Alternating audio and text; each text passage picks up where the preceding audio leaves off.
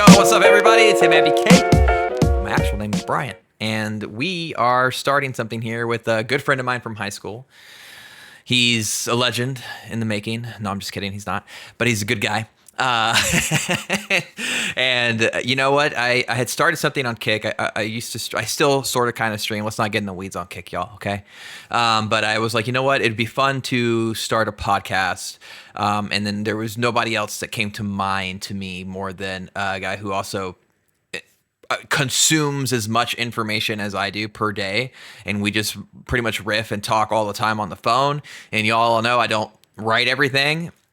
And everything we do here is more about just me talking. And so I was like, if you want to hear more of me talking, the best way to do that is to, of course, start a podcast. And so I am Brian. And for anyone who's new, I have a crazy life. I have a full-time job. I create content on YouTube. I have a freelance job I also do. I am a father of two beautiful girls, husband. There's all these toys behind me. Life is chaos, but I embrace it fully and am super excited to be starting this podcast with no one other than my best friend, Mr. Freddie. Mr. Freddie, tell the people why you are sitting digitally away from me. What is up, pod? So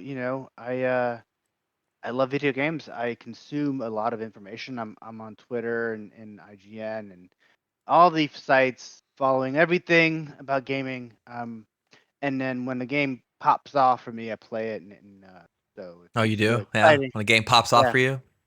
It That's has when to you play pop it? off. Yeah, that's when I play it. I mean, but and it's funny. I will take the credit. I did push this guy to start. Did. He plays so much. He plays video games basically full time. Yeah, well, you watch TV full time, all right? So I have a wife that I have to watch TV with. So, your wife lets you do whatever you want. Anyway, moving on. Yeah. So, it's exciting to see he's doing well. I mean, I'm glad he's kind of pivoting away from Kick to, to don't hate YouTube. on Kick. I mean, I Don't hate on it. Okay, the there's app some good is people terrible. there. I'm sure Yeah, there's people the app are is good. the app is actually really bad. Absolutely terrible. But yeah, so we're excited and I'm curious. So what made you decide a podcast is necessary and people need to hear more of you? Because my voice is angelic. Is it? Probably not. No, I don't think so. I don't know. I like to talk. Why not? Right? That's true. No, it's I mean, we do talk and we talk forever. I mean, we get on the phone, we get on the topic, we just go off and we just go off. And we're both dads too, in case you can't tell by the little photo over there, y'all. For anyone who actually can't see the video and you're just listening, he's a new dad. He's got that fresh newborn smell still rolling in his house. Yeah, she is the best thing that's ever happened to me, and she's adorable. Her name, I'm gonna keep to myself. Maybe later on in pod when people. When I not too much personal information. By the way, my social is 455-295922. No, it's really I think the pod is the perfect time right now to do the pod because gaming. Yeah, it feels good. It's like we have so much content out there. So yeah, and the thing is too, like for me and Freddie, like it's like real conversations. I said this before. If you've watched my intro, like there's so much stuff out there with gaming now. I think like people just immediately start with the comparisons. There's Insta ragers on the internet. If I'm talking to you right now, it's not like I don't like you, but I'm just saying that there seems to be just a whole lot of just noise. And I thought it'd be really cool to take the older man, father, dad gamer approach and just like one, appreciate the amount of content we have, because I think, especially for all you like 20-year-olds, let me tell you something. Like it was Gears of War and that was it, like for a year. Like so like where we're at today is just wild. And Halo, like I mean essentially you had like a game and that's the only game that you really had for I mean sometimes 6 months bare minimum. I mean it wasn't sometimes years. I mean gaming is it's so different, man. It's so different. Like this summer, especially, usually I used to complain about summers. So I remember. Like, there's nothing to play. And then I'd like try to figure out like maybe Destiny. And then this summer has just been, oh my God, this summer's just been insane. We've had so much. So all that being said, that's why we're kicking this podcast off. So not every intro will be this long, but we had to come in and introduce ourselves. So everybody sit back, relax, and enjoy the ride.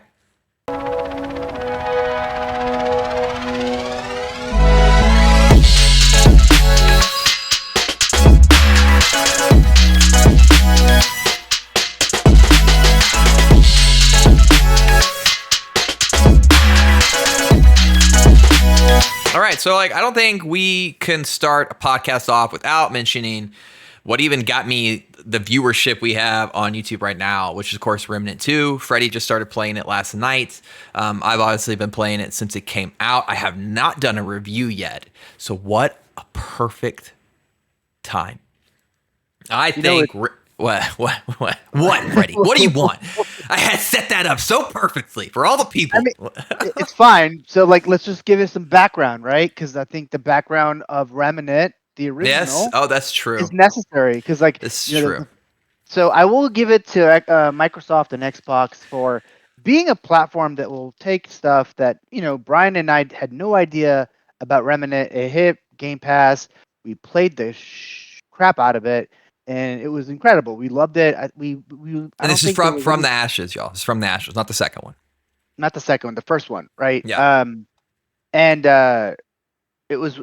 I mean, it was something new that we haven't played anything like. And so, obviously, that has we both bought the game. Yep. So the Game Pass. The hate on Game Pass, I just don't understand. But I don't either. We definitely would never have played Remnant from Ashes if it was not for Game Pass. 100%. It's not. It wasn't on the radar. It's not one of those games that it's an indie. Would you say they were indie? Like they were a double A title. Remnant from the Ashes is very much a double A experience. That.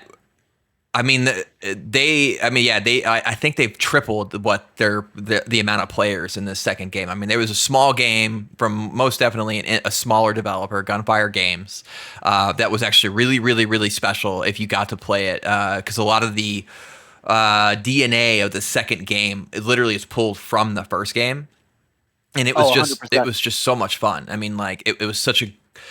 It was, if anything, like Remnant from the Ashes, it was a really great intro point for people interested in Souls-like games because everybody knows how to play a shooter. So it was really interesting to see from a shooter perspective what that Souls-like difficulty and constant death and iframing and paying attention to bosses and their loot so you can beat them. It honestly was a really good intro point for Souls-like players or even people who may not like Dark Souls but wanted to try out that style of game. Because you, like in particular, don't really like Dark Souls, but you like Remnant. I don't. No, I did. And that's kind of my go-to too. And I do like the fact that it's co-op and it's you can play off each other.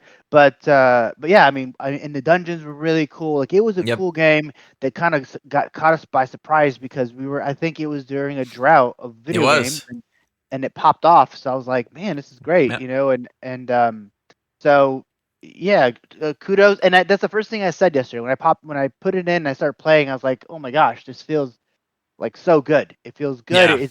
Yeah. It reminds me of the original, but like just it's better, really pretty, way better. Yeah. So I'm excited to play. It's already hard. I played for like an hour before the pod, and it kicked my butt. But it's a good kick butt. It's a butt that needed to be kicked so I can learn.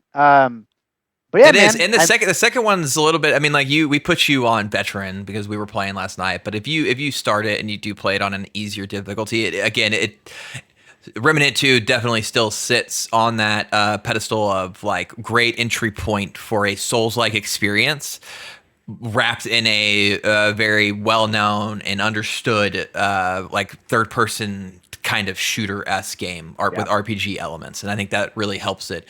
And to go backwards to what I was saying when Freddie made the good choice to tell y'all how we got started in Remnant. My actual thoughts for Remnant 2 are very positive. I mean, I'm not a scorer kind of guy, but I mean, like I would put this up there. Like it's a very good game if you were looking for anything. One, for the price, because they actually priced this game as a AAA. I mean, as a AA game, because it was priced at $49.99, which is incredibly cheap. 100%. And like for that entry point, even if you don't go beyond the campaign, you get honestly, in my opinion, well worth your money. There were some critical bugs at the start. There's been a big patch that actually dropped yesterday that hopefully helps a lot of those. I don't know at this time if it's out on Xbox on consoles yet, because that's got to get approved through Xbox and Sony respectively before they can put it out.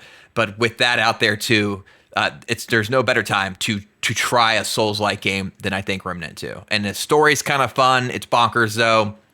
I wouldn't expect anything crazy out of it. It's not something that's going to blow your socks off, but the actual core loop of the game. If you are like, I like third person shooters, I really enjoyed Outriders.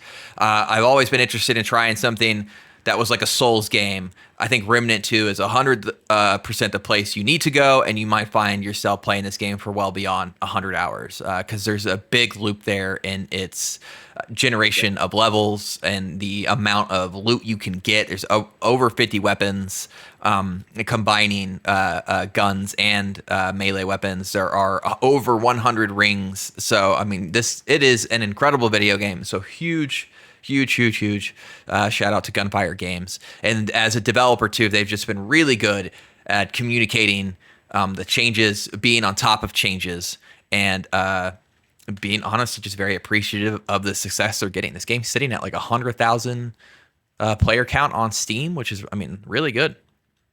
Well, let's just talk about the price point. $49.99 for a game like that.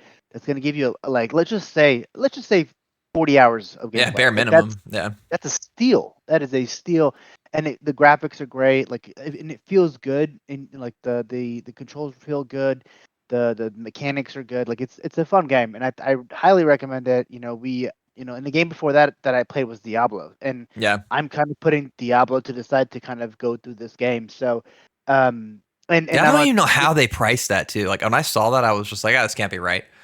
But I think it's probably because they saw what's coming down the line and they want to get the that's game true. out. That's true. And It's stuck in between like Diablo and Starfield and Baldur's Gate 3. And I mean, exactly. there's just a lot. Yeah. Yeah. So I think that they priced it competitively, word of mouth. People were start talking about it, and right. then, it's an exponential growth because of the people that are playing it. So kudos to them. True. I think and it feels good, and I'm excited to kind of dig into it. I'm excited to play with you. It's gonna be fun.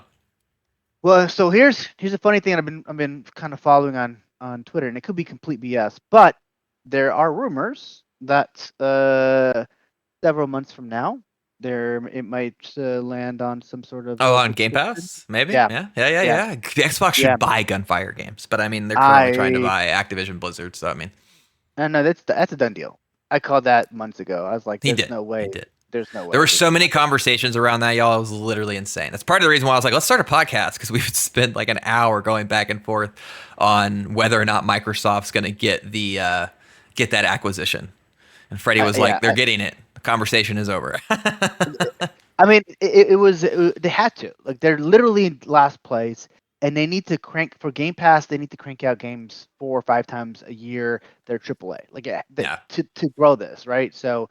And Sony's just kicking their butt like left and right. Well, especially in the exclusive realm. So. Well, that's what I'm saying. And sales, obviously, like exclusive. Well, it's sales, yeah. But they do spend so much. Like Freddie was telling me, was it 200 million? You said per exclusive. Yeah, at least. Well, like look at just how much they spent on The Last of Us 2. It was like north of $250 million. Yeah, that's wild. And that's a one and done too. I mean, not for a lot of people, but I mean, like I play a lot of games, but there's no way you'd catch me playing Last of Us 2 again. And and this is a hot take, but the first one's better. I'm just gonna. I think the first one's definitely better. The second one is incredibly dark, dark. It's dark, and they just kind of. It almost hurts you to play. You're almost like, wow, this is depressing. And I beat the game, and I thought it was a good game, but it's just so dark and sad. Well, I mean, you said Game Pass. You said Xbox. I did. And I said Starfield. So yeah. I want to know. I have the first thing I have to ask you, which I already talked to you a little bit about, and I've changed my mind actually, reading some things. But what's your take on Starfield not being playable at Gamescom? I mean, so I get it. Like I get the oh my gosh, it's not done, blah blah. But it's I think the way I approach it, and I think that Microsoft's approaching it, is they did an hour of like they did this whole that showcase thing. was that showcase was that cool. excuse me, that was a banger, dude. That was the best thing that Xbox has put out in Yeah. like probably I 10 went. I years. went from Honestly. like I don't care about this game, Freddy. Like I hope it's good. Bethesda's known for making bugs. It's space. We'll see. Combat's never been their thing. To combat looks really good. Oh, this game. Oh, powers. Okay, Starfield. Well, I think the problem really, is, let's put it out in the open. Uh, Redfall, is that what it's called? I think Redfall it's Redfall. really, Yeah, the bomb. The bomb. yeah. I mean The that was kind of the first real exclusive from that developer and Bethesda. Yeah. publisher, and so and then that says, and I think Microsoft knew that game was garbage. I mean, even after and I went back and I started playing it a little bit. It's a shallow game. I think they just kind of, and I feel bad because that studio he is The in my studio is camp. very good. Arcane Studios makes good games. Right That now, was it's just Arcane unfortunately. Austin, right? It's Arcane Arcane Austin Austin. is Yeah. it's our homies. But the way I But you're approach, not I mean, worried about Starfield not being at yeah, yeah. Gamescom. Yeah. So basically, the way I approach is they're having 38 games. Like they're bringing 38 games that are playable games to this conference, and so I don't think it's a big deal. You don't see Sony bringing anything or Nintendo. I mean, I think it's clickbait nonsense. Well, I thought we could talk for forever about this because I was going to be like, you're wrong. It's a terrible decision. And then I read a hot take on Twitter that I was like, okay, that actually makes a whole lot of sense. And somebody had said, like, look, I don't think Starfield's going to get delayed. This isn't a big deal to me. You're talking about a bite-sized demo for a game where 30 minutes in it amounts to nothing. And so it just Yeah, doesn't make any sense to be previewing that. And then I was like, okay, that actually makes a whole lot of sense because 30 minutes in Starfield would be like 30 minutes in Baldur's Gate 3. You might have gotten past the character creator. So it's just kind of like, when I thought about it yeah. that way, I was like, you know what? That actually makes sense. Where instead they'll probably just show some more videos, maybe do a little bit of another look at it. And even if they don't, like I actually now have kind of like 360'd on that and been like, I don't think it matters. Well, and I think that the only way they can create a demo is to kind of take pieces of the game and Right. just like stick them together as like and it doesn't make a whole lot of sense. No. And the time Um, you have to do that too. right, right. It takes away from like polishing the game. So Yeah. I'm not worried about. I think it's gonna be. I am worried about the amount of advertising and marketing they're not doing, like a month That's out or a true. month. Yeah, we're a month out.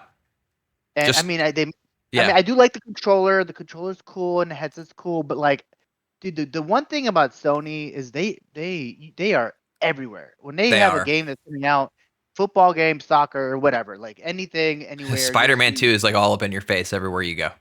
Exactly. And I think that's going to be a mid game. That's my personal take. It's not going to be a mid game. You're wrong. It's it's going to be mid, dude. It's All not right. going to It be looks mid. exactly like the The first first one, dude. Spider-Man, even if it was a clone of the first game, it won't be mid because the first game is one of the best Spider-Man games ever made.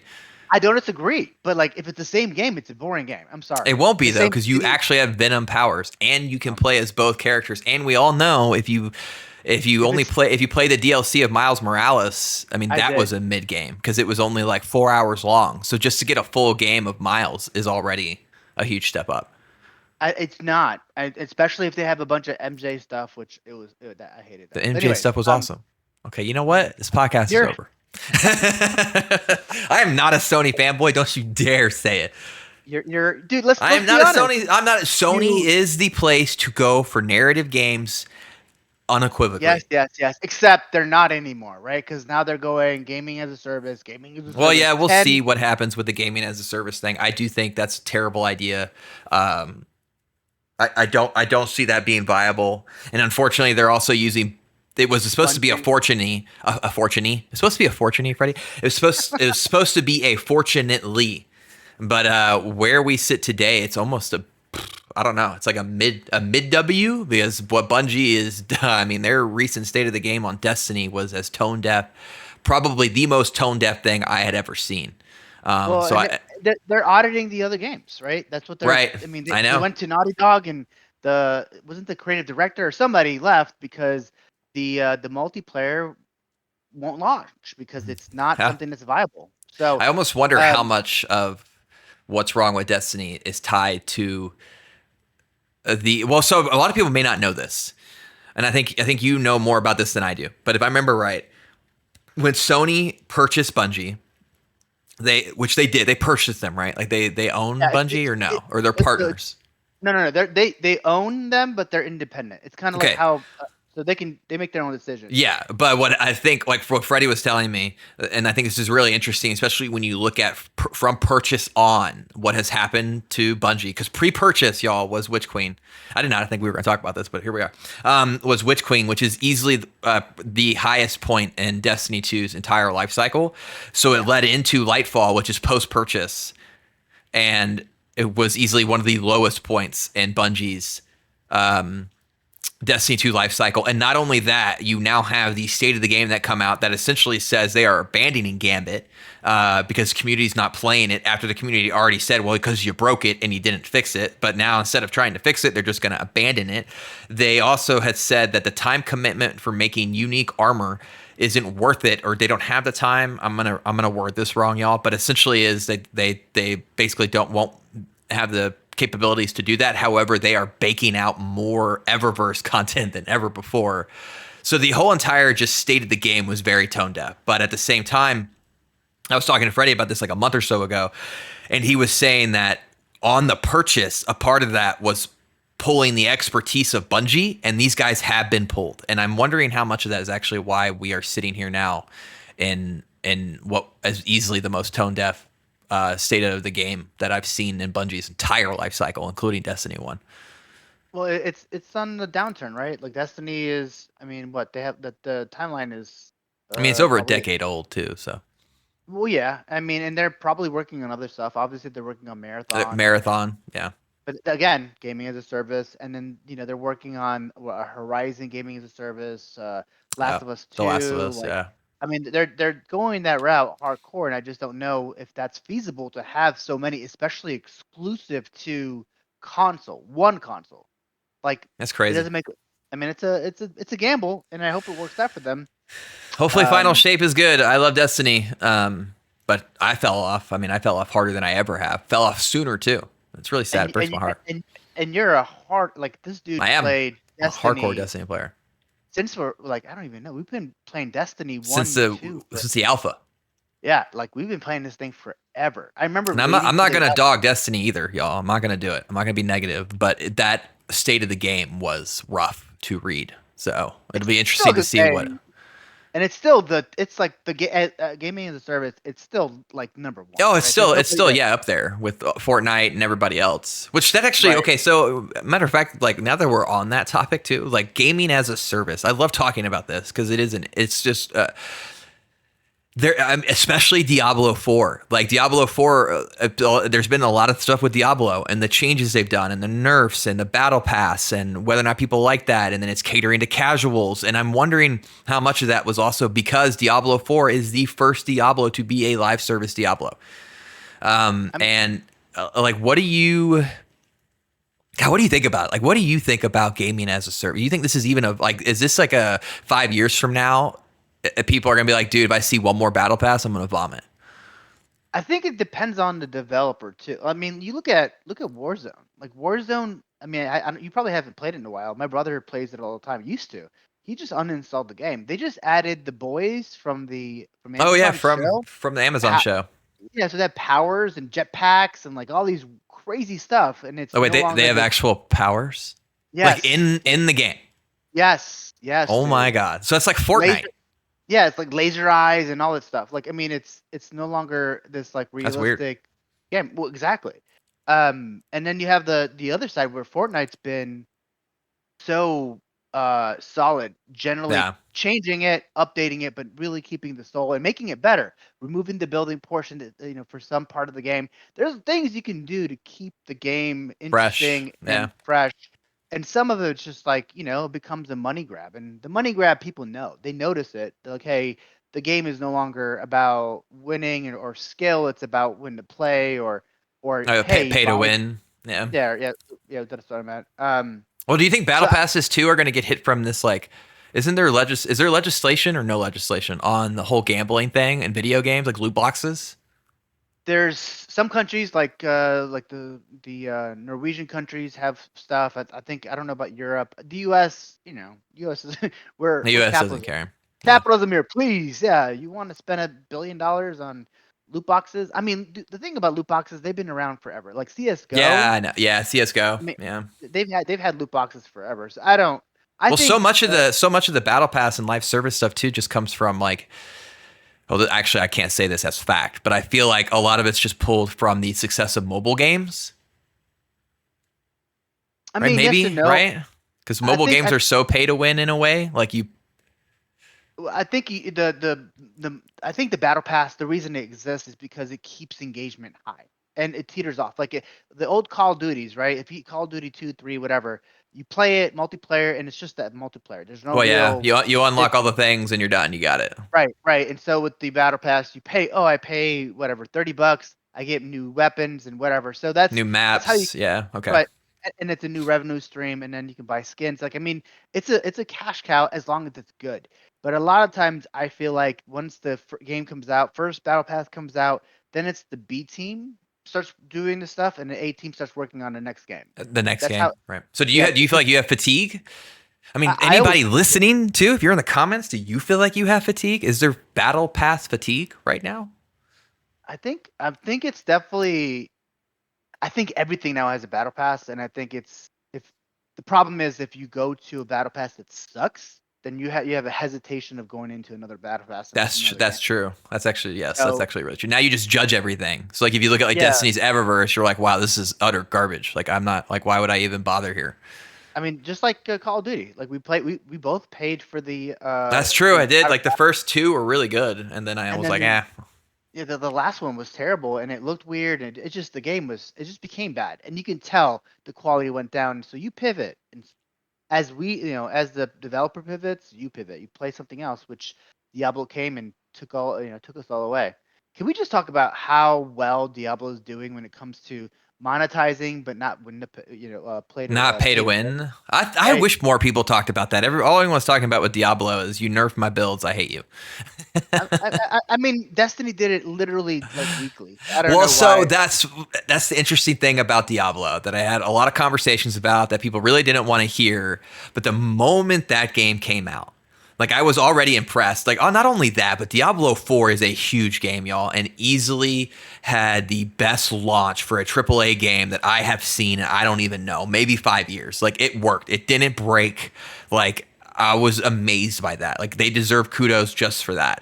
And then they added a season and a battle pass that costs some money, but it is for nothing but cosmetics, which is a huge win if you're a part of the community and you want things to be earnable. But all that being said, like right when Diablo came out, and I was hearing what they were doing season wise, I was like, dude, they're following the Destiny model. Like they're gonna do a big Yeah. campaign, and they're probably gonna do 4 seasons in a year, and each of these seasons are gonna have a little story tied to them.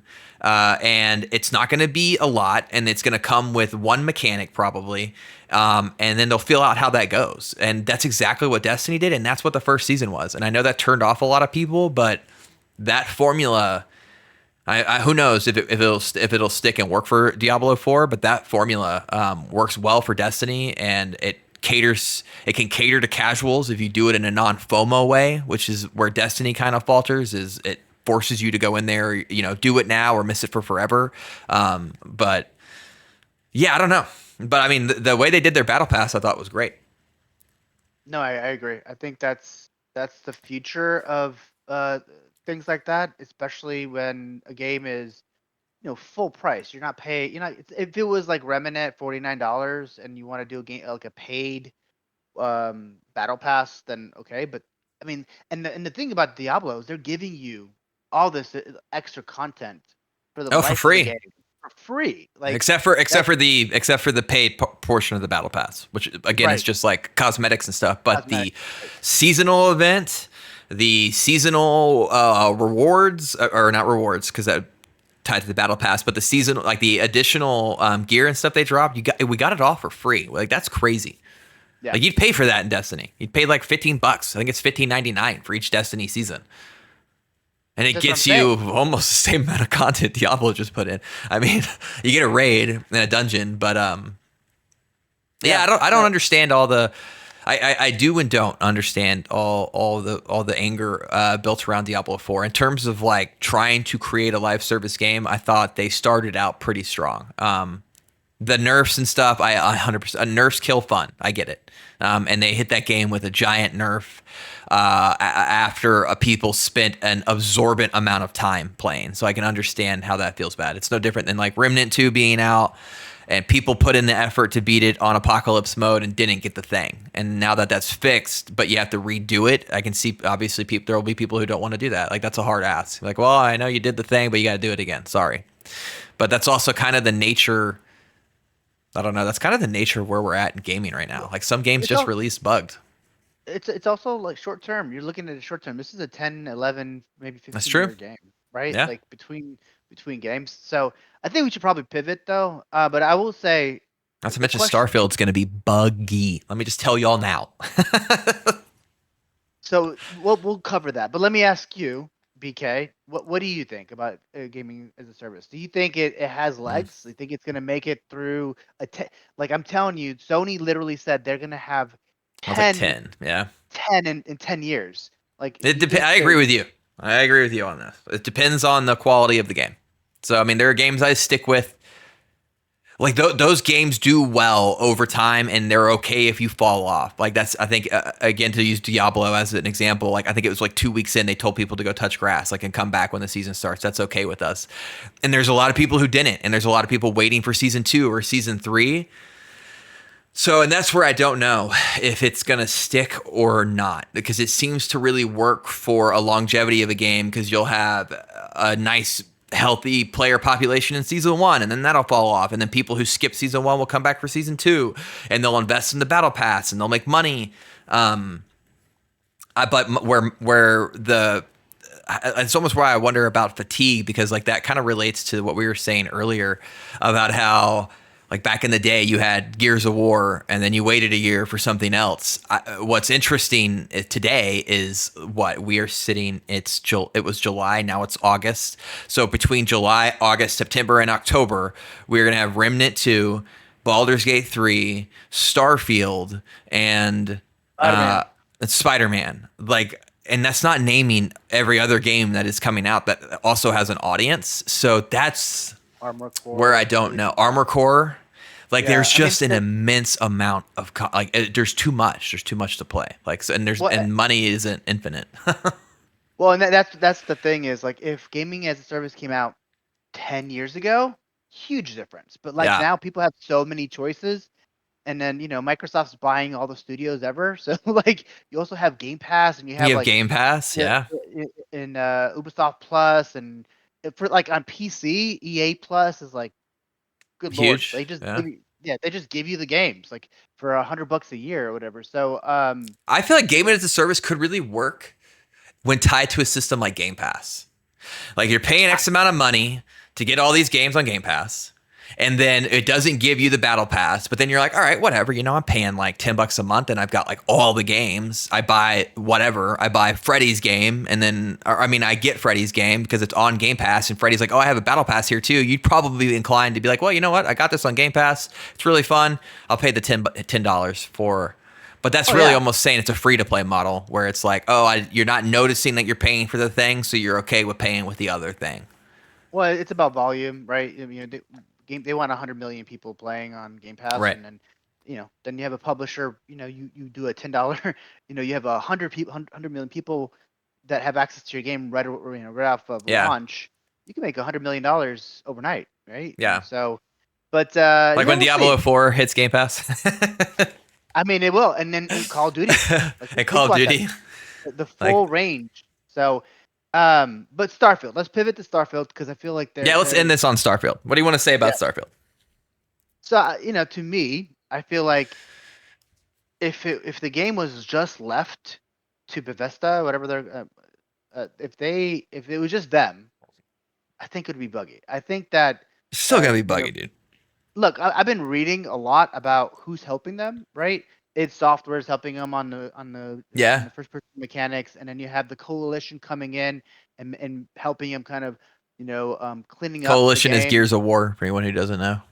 Yeah, so they came in and basically they have like a Microsoft technology group that comes in and cleans it up. That's why the game actually looked better than it did when they showed Right. it like 2 years ago. So I'm not gonna I say mean, it's not gonna I'm be not saying it's buggy. bad bugs, dude. I'm just saying it's a big game. It's like you Well, should expect some weird things to happen. yeah, but you were that's not your tone a couple weeks ago, bud. You're like, That's oh, true. it's gonna be It's gonna be completely buggy, y'all. buggy. It's gonna. I feel like it's gonna be like Skyrim. Like there's gonna be some weird bugs in it. It's almost like Bethesda's DNA. It's like if it's not in there, I think people will almost be disappointed. I agree with you if it was just them. Like I feel like Yeah. Microsoft put so much money into them. I feel like that's where it's going to be cleaned up, and I think it's going to be a great game. It's not really my jam, like necessarily like the type of game that I would want to spend a lot because I'm not a Skyrim guy. I tried it. It's just not. I don't like the time commitment for me is just too much. Sometimes I Okay. like to be. Well, that's I like. true. Yeah. That's like that Assassin's Creed Valhalla effect where you're like, no, I'm done. I mean, I played like 40 hours, 50 hours of Valhalla, and then I looked at the thing and like, oh, Like you're at 30%, 40%. Yeah, 40%. You're like, I quit. I can't yeah. do this anymore. Like it's a great game. I really had fun, but like this is not. I can't do 100 hours. I have a Yeah. full-time job of a kid and Well, running a business. if it pulls from Skyrim, I think what they're hoping. I don't even know that metrics wise, they're hoping you beat the game. I think they're hoping like, well, Freddie, who's the guy who will do that kind of stuff and bounce off, but he got on our game and was a space pirate for like 30 hours. He just kind of followed that quest line, became like a really good space pirate, and that's kind of all you do when you log on. And that's like Uh, that's all Skyrim does. Like I have an employee I work with who was telling me that they still play Skyrim, but they just play it like they just come in and they walk around the planet and they like, oh, that's really pretty, and then they just do things like they've never even completed the game. It's just like, oh, I just experienced the world, and I feel like that's probably what Starfield's also, the niche they want. That's not even a niche, just to hit that because that hits every audience. You provide somebody with this well, and that's literal plethora of crap. and we don't know necessarily the depth of each character builds and No, stuff and what it is, but I think and the fact that you could play it on Game Pass on PC and then that's pivot huge. on your couch and or let's hopefully like the Steam Deck gets some sort of like Oh yeah, connectivity. Like there's a lot of ways you could play this game, and it's it's your own little universe. I feel like it's gonna be big. It does worry me a little bit that they're not advertising the crap out of it because it is a big game. I bet they It is. will. Give it like a week. We'll see. I mean, we'll do another pod in a week, and we'll That's true. see.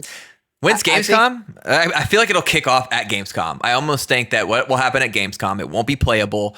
I 100% think we get another 2-minute, 3-minute trailer that probably kicks off it's August 23rd.